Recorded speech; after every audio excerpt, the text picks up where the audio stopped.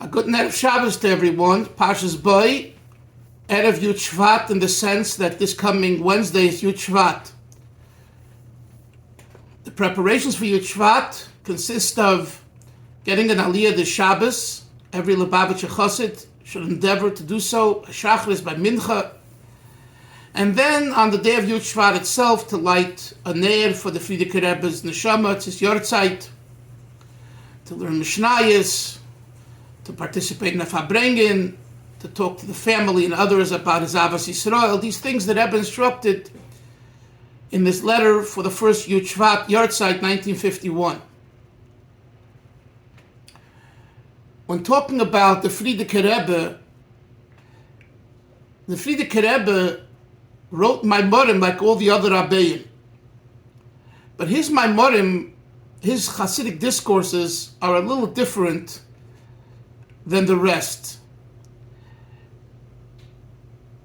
The way they're different is that he writes the Maamarim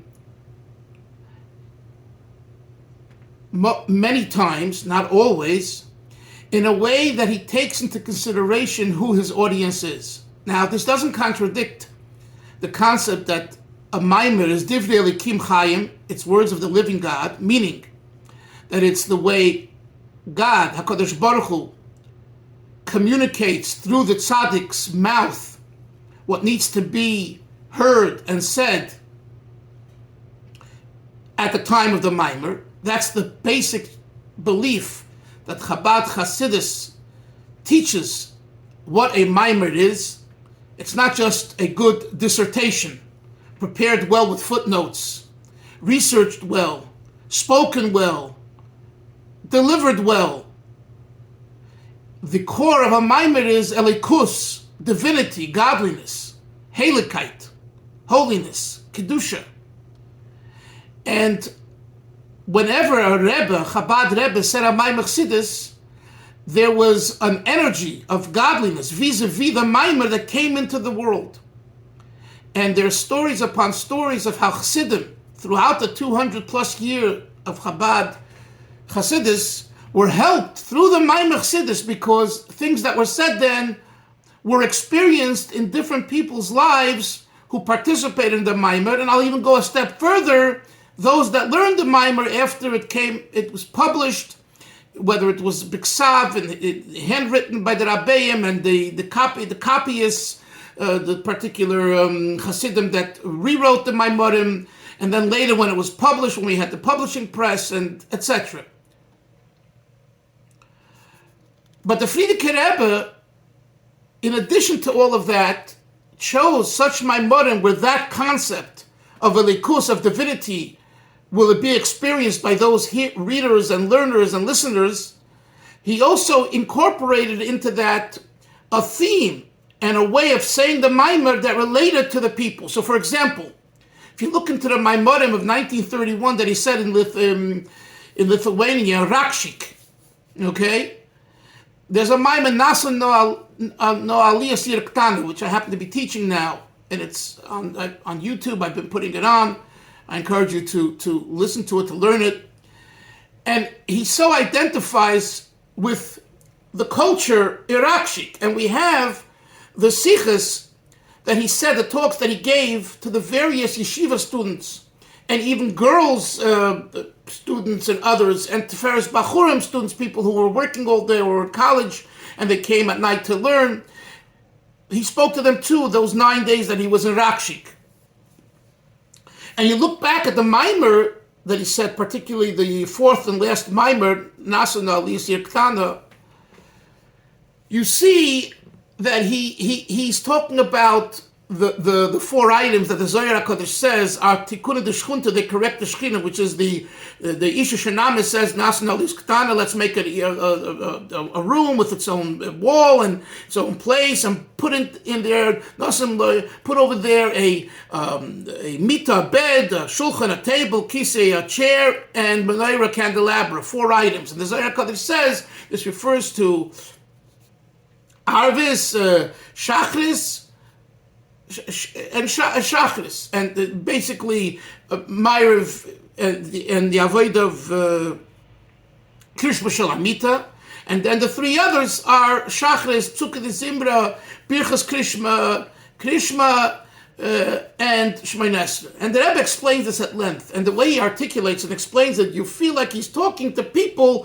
who are in Lithuania, who are not Hasidim, and people who are challenged with different issues going on at the time, and the Rebbe is giving them a script for healthy living, Jewish living, kosher Yiddish living.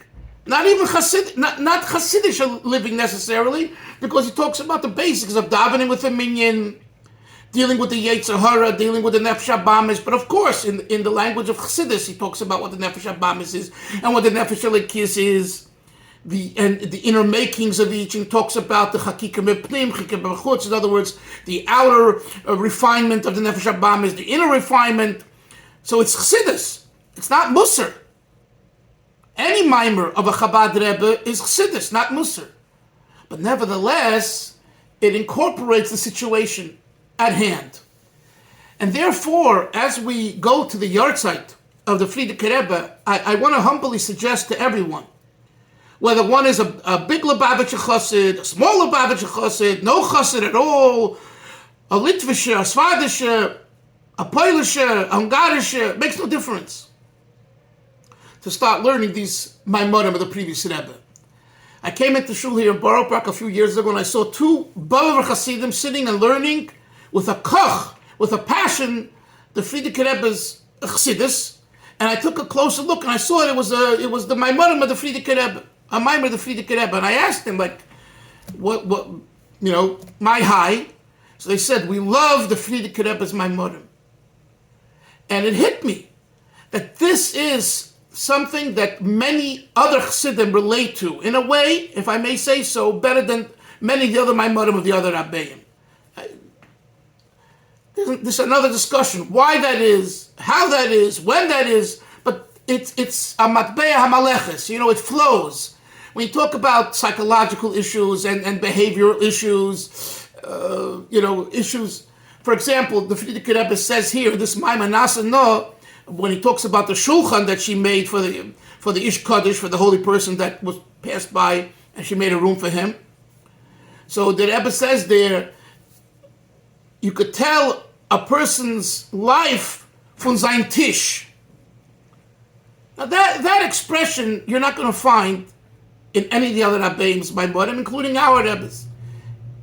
He's very homey in his expressions, very people-oriented in his expressions. And when you learn that paragraph, for example, it opens up the entire discussion about what type of table do we have? Do we have dinner together with our family? What are we discussing at dinner? What are we discussing at the Shabbos table?